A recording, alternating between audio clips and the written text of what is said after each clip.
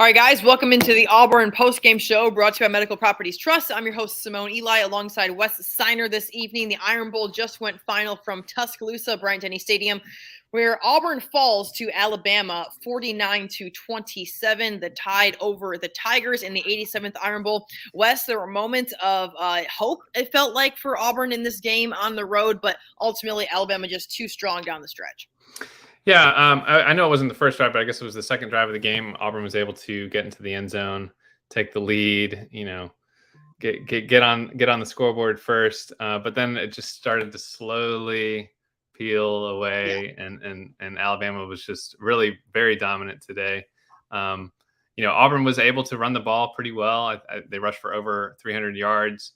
Jarquez Hunter and Robbie Ashford both went over 100 yards each. But outside of that, just not a really much Auburn could do today against Alabama. I don't think anybody was really expecting Auburn to be that competitive today, and there were times that they were. But I think just having to play on the road under an interim coach, everything that they've been through this season, it just wasn't really in the cards for Auburn this year to make the Iron Bowl interesting as it has been in recent years. Yeah, we're going to get more on the coaching search and Cadillac coming up in just a minute on the postgame show. First, let's talk some X's and O's here in this game. Like you mentioned, Robbie Ashford went ahead and put Auburn on top 7-0 there in the first quarter. But then Alabama scored 3 straight touchdowns, take a 21-7 lead before Auburn was able to answer and kind of stop the bleeding. I felt like there was no lack of fight, Wes, and I know there's no moral victories in this, but we just got a comment a moment ago that says, proud of Cadillac. The boys fought and never quit. It's exactly what I was about to say. I appreciate that comment from Donna. No question that the Tigers went into Bryant-Denny knowing that they were a 3-touchdown underdog and said, we're going to give this our best effort and we're never going to back down in this game. And I never felt like there was any moment where Auburn was like, okay, we're throwing in the white towel, wave the white towel, we're done. Bryce Young's too talented, whatever. It seemed like Auburn was always going to keep coming back and fighting every single drive. Yeah, and I think you probably have to credit a lot of that to Cadillac Williams. Yeah. I would think that if Brian Harsin was still the head coach at this point in the season, that maybe you would see a little bit of some of that, Auburn players quitting. There was a give up weeks ago with him. Yeah, question. You could see it. You could see it in some of these, down the stretch of Harsin's last few games. You could tell that just the players were deflated. I remember after one of the games, I think it was after the Auburn-Arkansas game, one of the players was quoted as saying that they've kind of gotten used to losing and used to this feeling. And that's never a good thing, to have in that locker room, that kind of mentality. So obviously when Harsin was fired and they named Cadillac Williams the interim head coach, he immediately injected a lot of hope, a lot of passion back into this season, back into this team. We saw it right off the bat when they played Mississippi State, ended up losing that game, but were very competitive. And then obviously they were able to get 2 wins there after that against Texas A&M and Western Kentucky. But I think, I don't think anybody can really fault Cadillac for today's game. I mean, despite the fact that they did lose by a decent margin, they were still competitive. Like you said, they didn't, give up, put up a lot of fight. So I think you have to credit Cadillac with a lot of that.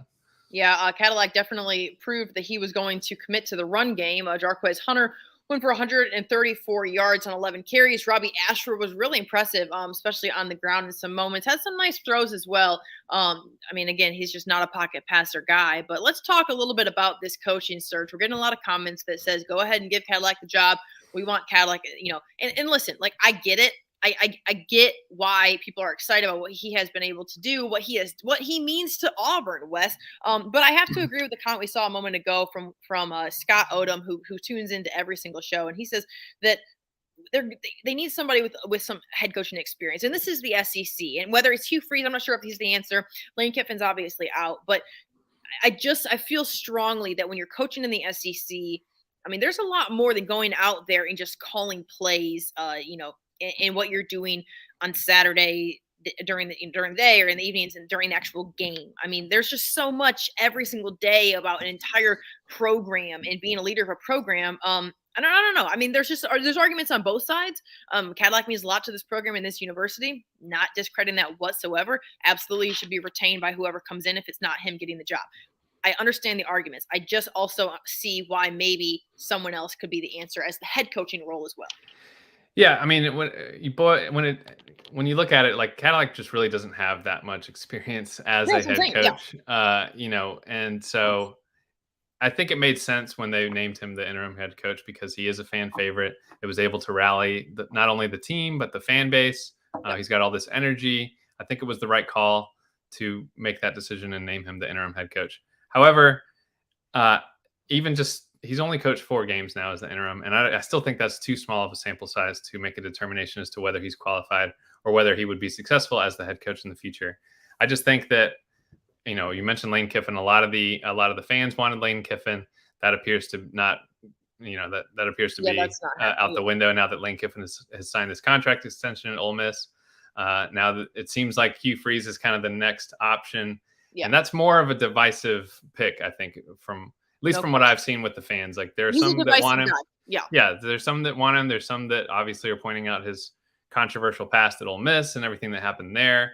And so I don't think there's really not much of a divisive feelings toward Cadillac. I think everybody likes Cadillac and everybody loves Cadillac. He's an all-time player at Auburn. I mean, he didn't win a Heisman Trophy, but you could easily put him in the top 10, possibly the top 5 of like biggest names in football history at Auburn. So, it'll be interesting to see how these next few days go.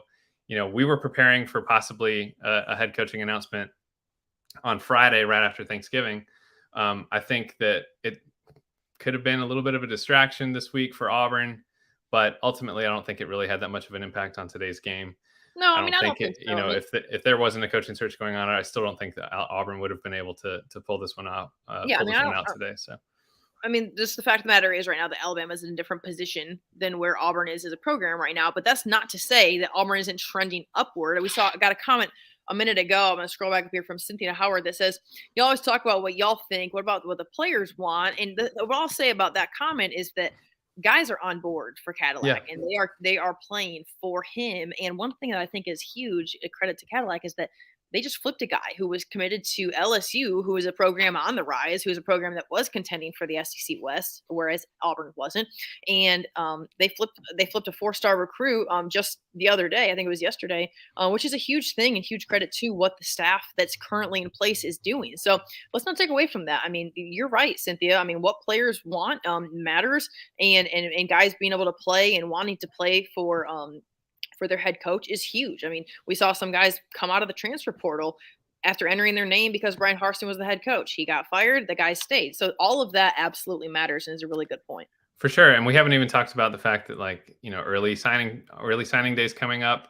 Auburn recruiting this year has kind of been a mess in terms of especially under Harsin, that they've been toward the bottom of the recruiting rankings, especially in the SEC. I think at one point they were 13th out of 14th. In terms of all the 24/7 rivals recruiting rankings and everything. So I still think, Cadillac is still going to play a huge role for this team going forward in the next few weeks as Auburn tries to kind of secure this next class of recruits. And so I know that, the players love Cadillac and he's a good recruiter. He's still kind of a younger guy. Yeah. He's just a few years older than me. So I like to say that he's young.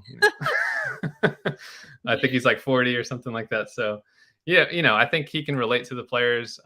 He's a good recruiter, and like you said, I think it would not make sense for whoever the next coach is to not retain Cadillac because he has done a really good job rallying this fan base and this team. So we'll see how it all plays out. A coaching search is always an interesting time and really uncertain, and really anything can happen at any point. So we're prepared to in the next few days, I would think maybe something. Yeah, and that's the thing is that the timing of this needs to happen sooner than later, because when it comes to recruiting, it matters is to get guys interested in either coming to Auburn or staying at Auburn now in this season of guys entering the transfer portal. It's just a totally different ball game nowadays. And they want to know that there is someone in charge and someone leading this program to bigger and better things. And I certainly think that is the goal, obviously, of the people now in charge of Auburn, and definitely the hope of the fans. According to Pete Thamel, today Auburn was already in discussion with Hugh Freeze for weeks.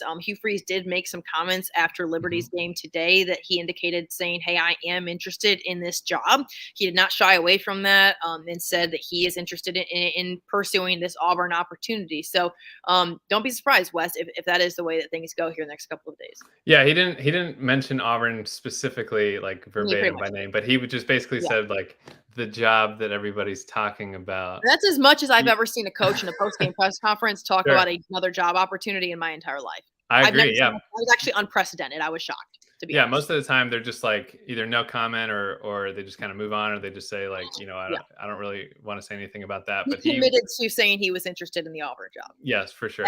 He said he's again, yeah, and it sounds like he's been in discussion with Liberty that if it sounded like they had some kind of agreement that if he was receiving attention from another school, that he would let them know. He would let his wife know. And then I guess all this reports came out and everything. And I think he was saying it was kind of a distraction for his team. He had to go and tell his team, like, no, I don't have an offer yet.